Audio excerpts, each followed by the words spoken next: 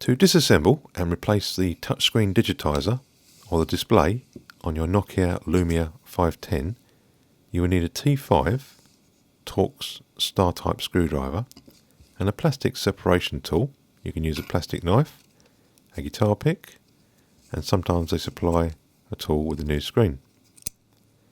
You might also need to use a sucker tool of some kind. This is from a car windscreen mount. You could use a sat-nav or maybe a fridge one. If your new touchscreen doesn't come with double-sided tape, you'll need to use fresh double-sided mobile phone tape. This is extremely sticky and flexible compared to normal household tape. To help remove the screen, you need to use a heat source. This is a hot air heat gun. You could use a fan heater or maybe a hairdryer. So start by making sure the phone is switched off.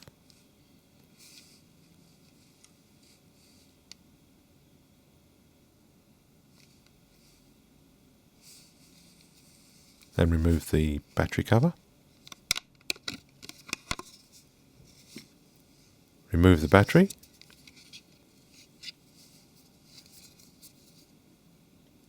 And make sure you remove the SIM card. Using your T5 screwdriver, undo these 8 screws around the outside. You can skip this or other stages by clicking the next link at the top of the video.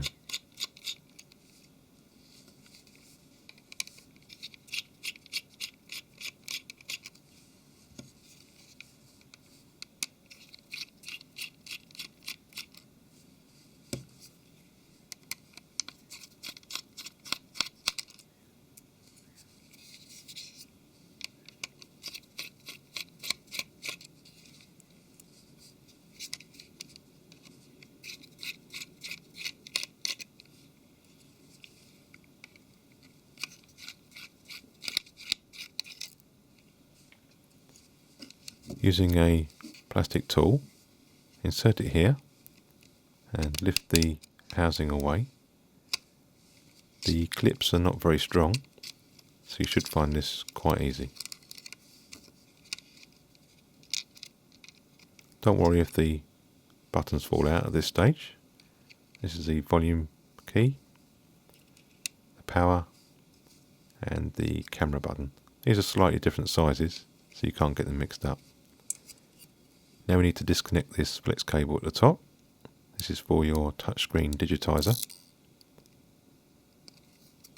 And coming down to the bottom, this flex cable is for the display. There's no screws to undo to remove the main board.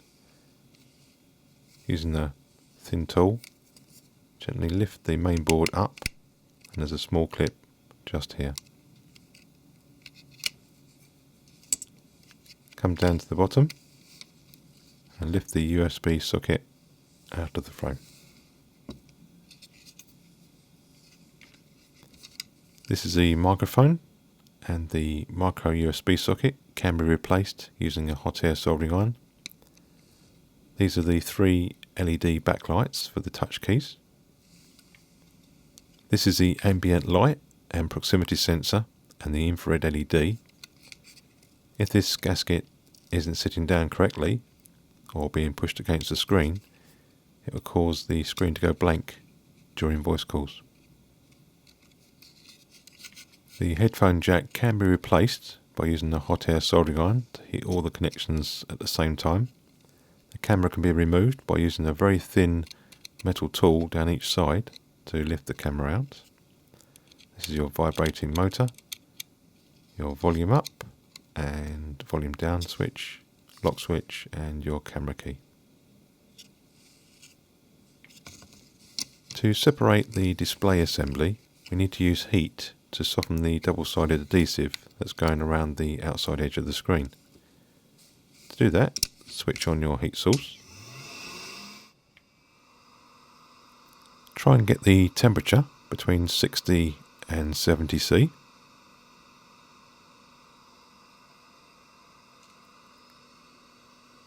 Now take a sucker tool, if you have one, and place it near the top of the screen. And if you don't have a socket tool, you might be able to lever the screen away around the earpiece or the edges. So put some gloves on so you don't burn your hands. And once the screen's nice and warm, try and lift the glass away from the frame.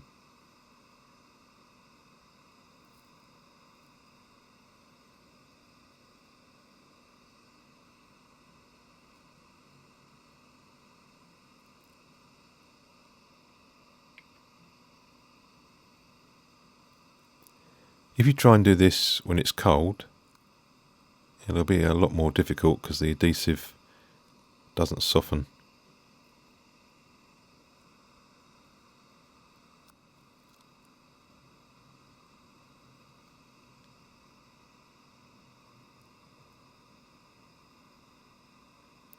So don't worry about any damage to the digitizer if you're replacing that.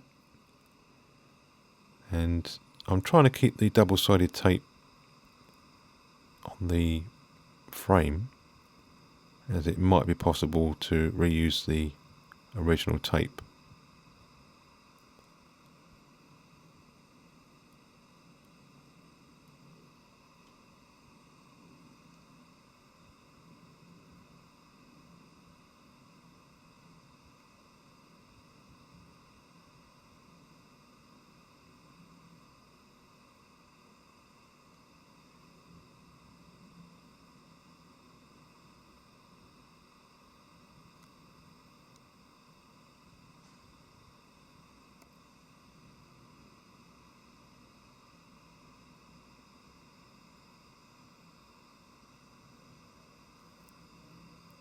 If you keep the screen nice and hot, you shouldn't find this too difficult.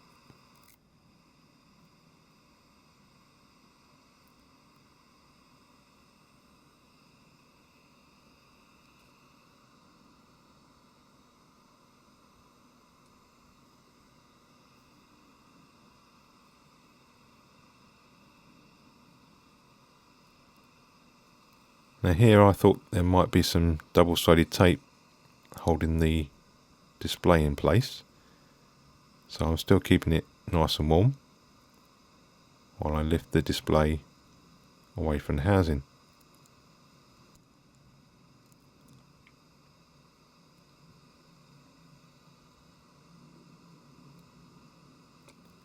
As you can see, there's no double-sided tape holding the display in, so you could do this with the heat source turned off.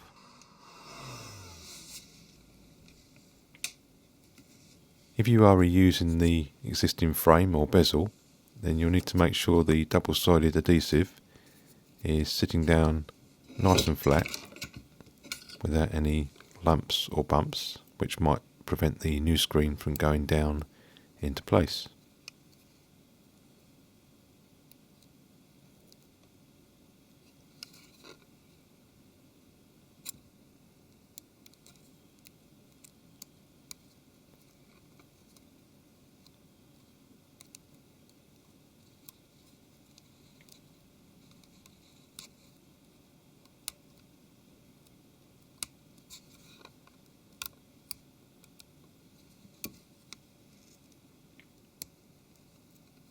If you are unable to unravel the double-sided tape, then it's best to replace it.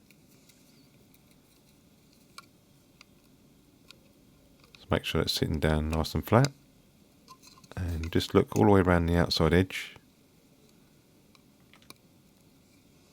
and make sure there's no lumps or bumps around the outside. If you are replacing the screen frame or bezel, then you'll need to remove this LED light guide from the frame. Again, double-sided tape holding this in. So gently lift that away.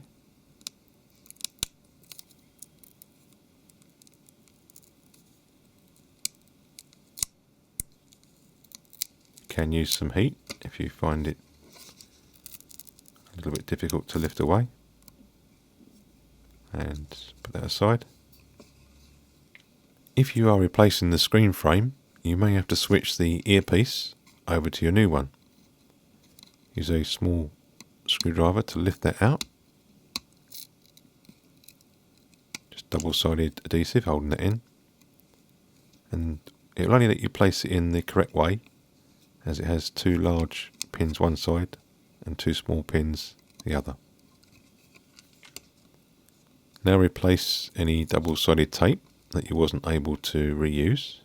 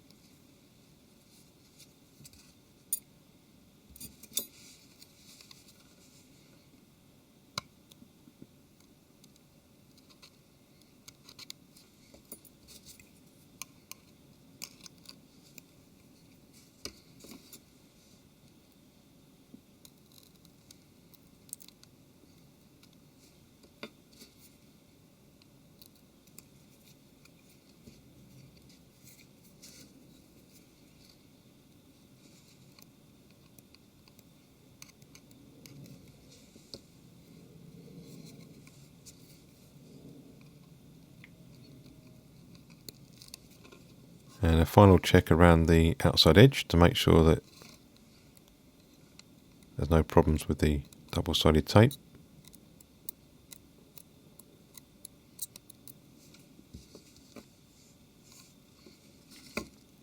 Now we can replace the display. Feed the cable through first. And make sure that's sitting down in each corner. Now replace the LED light guide. This can be a little bit tricky. Need to line up the holes in the light guide with the holes in the case.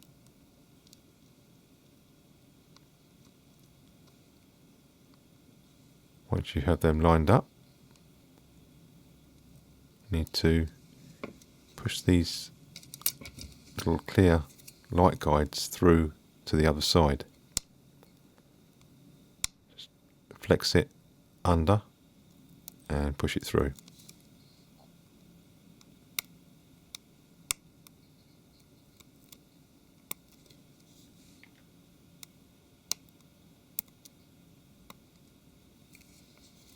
Come around to the other side and make sure those little light guides are coming through on the back.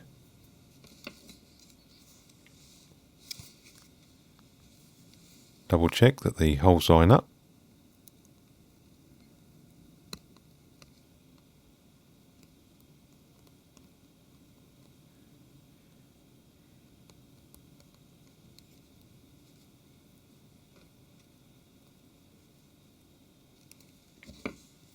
And if you have an air duster, make sure there's no dust on the screen. And if you have a new Digitizer, make sure you peel off the protective coating and make sure there's no dust or hair trapped inside.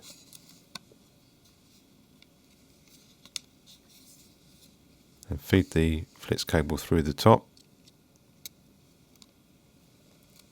And before you close it fully, just another blast.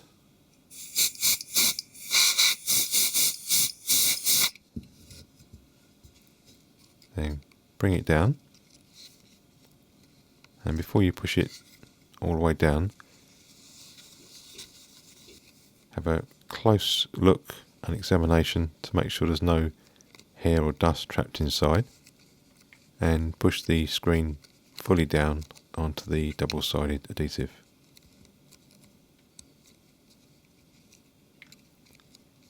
Now replace the main board, turn it round this way and place the micro USB port into the bottom and gently bring that down, and you have that one clip at the top. Now we can reconnect the digitizer,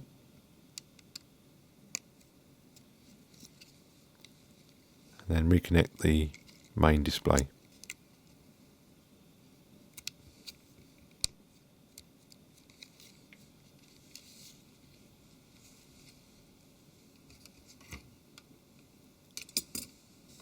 Now we can replace the buttons. Make sure you place the flat edge towards the back of the phone.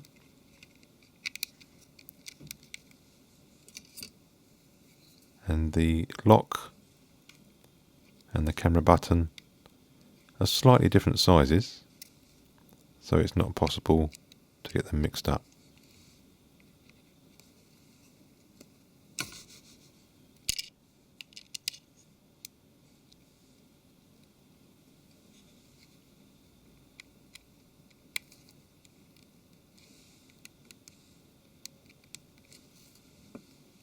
Once you're happy they're sitting down nicely, place the rear housing back on and clip that down into place.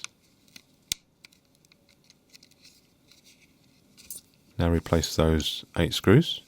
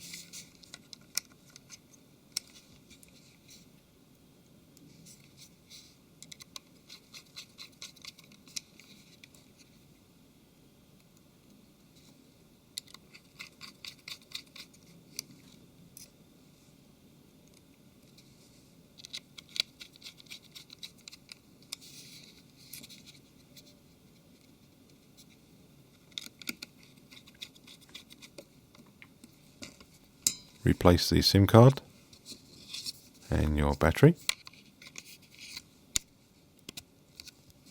Pop your rear cover back on.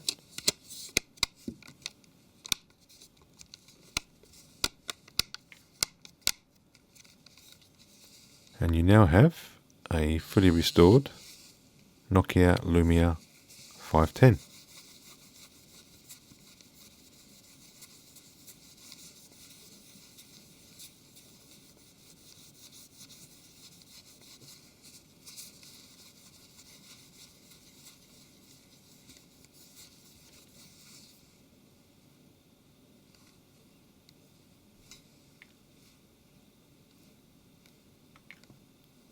Thanks for taking the time to watch this.